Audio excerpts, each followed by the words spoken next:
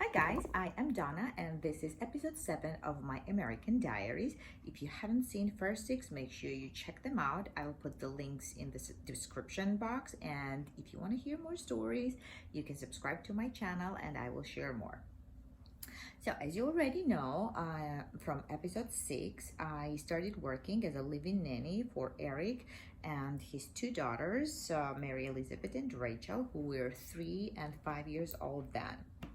I had my little room next to the girls' bedroom, and I worked 6 days a week, and Sunday was my day off. So first week went pretty fast and uneventful. The girls were very comfortable with me right away, and I already figured out my routine, daily routine. We were getting up at around 7:30. The girls were quite early risers, so I got them ready for breakfast. So they brushed their teeth and washed their face and changed their pajamas, and then gave them breakfast. Then we either played a little bit, they had tons of toys, or read a lot of books. And then it was a lunchtime. After lunch, we like to go at the playground or for a walk, which was about like 10 minutes walk from home. And then was a snack time after that, which they loved. And they were watching their show. So Mary Elizabeth loved SpongeBob SquarePants, and Rachel loved Dora the Explorer. And then meanwhile, I was preparing dinner, and around 6 Eric was back and we were having dinner together, so everything was fine. At the end of the week, Eric was so happy with everything that he paid a month in advance, which was great because I could pay off my loan that I borrowed for my ticket, and send some money to Georgia to my family. So first Sunday, I decided to stay at home, in town, and don't go anywhere else. I could just walk outside and explore the town, which was great because I could walk there, and the town center was about 10 minutes away from home. That's where I discovered my favorite store, Barnes and Nobles, which was a bookstore.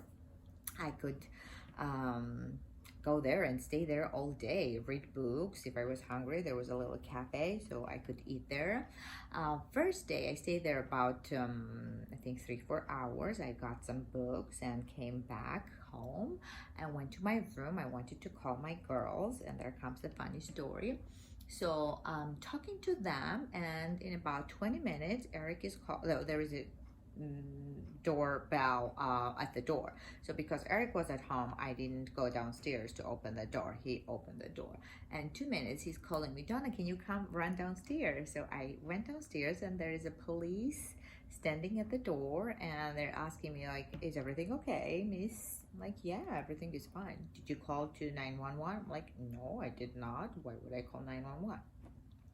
Well, he's like, yeah, somebody called, and then we called back, and then no one answered, so we came to check if everything was all right.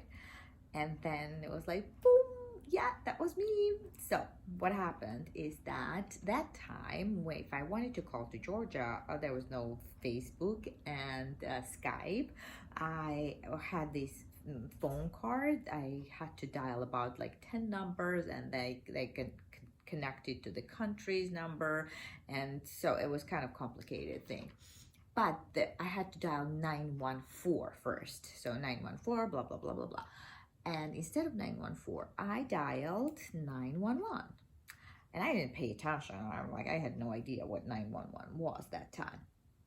So they called back, and because I was on the call already, I didn't pay attention that the call was coming in, and I didn't answer. So they came to check if everything was all right. So I told him the story, and he was fine.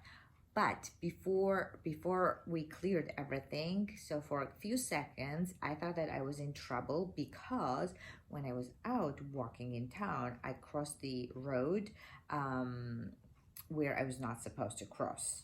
I didn't cross it at the crossroad. I just crossed it on the road.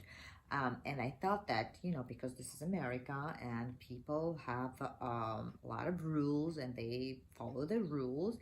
Me, Georgian, we don't follow the rules. Like, the crossing rules are horrible. So I thought they chased me, and I thought I was in trouble. Thankfully, everything ended up pretty well. So, and you have this funny story now to hear.